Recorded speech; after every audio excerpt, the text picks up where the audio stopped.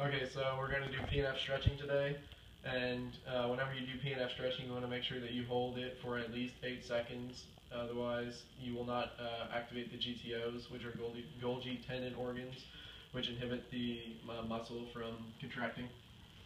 So the first thing is going to be hold, relax, and we're going to do this on a hamstring. So to do hold, relax on a hamstring, you have the patient lay on their back, and you have them, pull their leg up into a stretch to where you stretch the hamstring, and then they provide an isometric contraction back against your hand, and you hold that for 8 seconds at least to activate the GTOs, and then you push them further back into the stretch, giving them more of a stretch. And the person can do this as self-stretch by laying on their back and grabbing a belt or like a TheraBand and wrapping it around their leg, and then laying on their back and pulling it towards their leg, then holding it, and then after 8 to 10 seconds, then pull it back further. And then for a contract relax on the upper extremity, you want to stand up. Contract relax is a concentric contraction, and then they will pull their arm across his body, and then I will stretch it further back. So first you stretch out his pec by pulling him back into here, and then go ahead and contract. And you let him contract, then relax, and you pull him back further into the stretch. And you just keep repeating this until he gets the desired stretch, about 3 to 5 times. And then somebody can self-stretch this by going over to a wall and stretching out their pec that way. And then part C is stretching the hamstring with a flexed hip and a extended knee. So we're going to stretch him like this, and the muscle spindles are what is determining this, and they sense the muscle length, and it is inhibiting him from going any further. And then the next one was hip flex and knee flex. So you get him back into that stretch, and again, it's the muscle spindles that are inhibiting him from going any further because they sense that muscle stretch.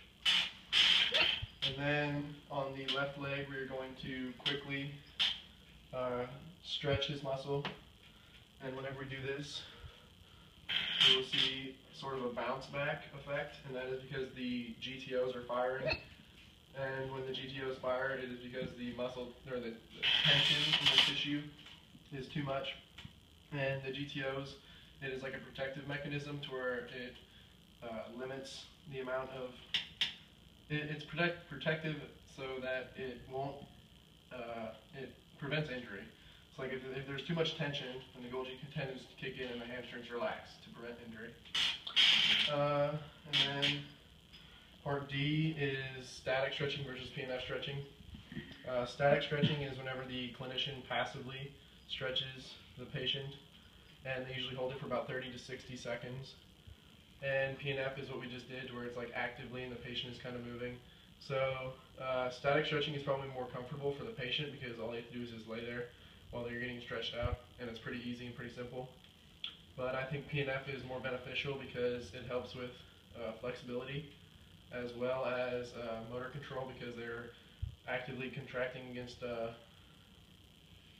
force. So it is a functional movement.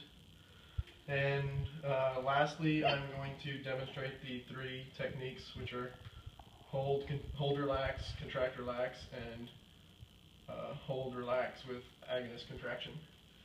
So with the hold, relax, you're going to find where the patient is comfortable with the stretch, and then you are going to isometrically contract against me, and then you hold that for about 8 seconds, and after 8 seconds, you have them relax and push them further back into the stretch, and they contract, and then for 8 seconds, and you push them further back into the stretch.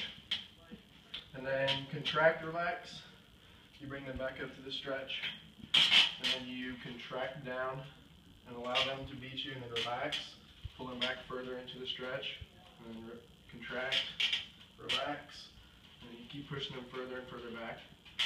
And then the last one is the hold, relax with the agonist contraction. So you're going to get them here, isometrically contract, and then now you're going to bring your leg towards you, and you just gradually push them back, isometrically contract, and then you just keep furtherly pushing them back into the contraction. All right.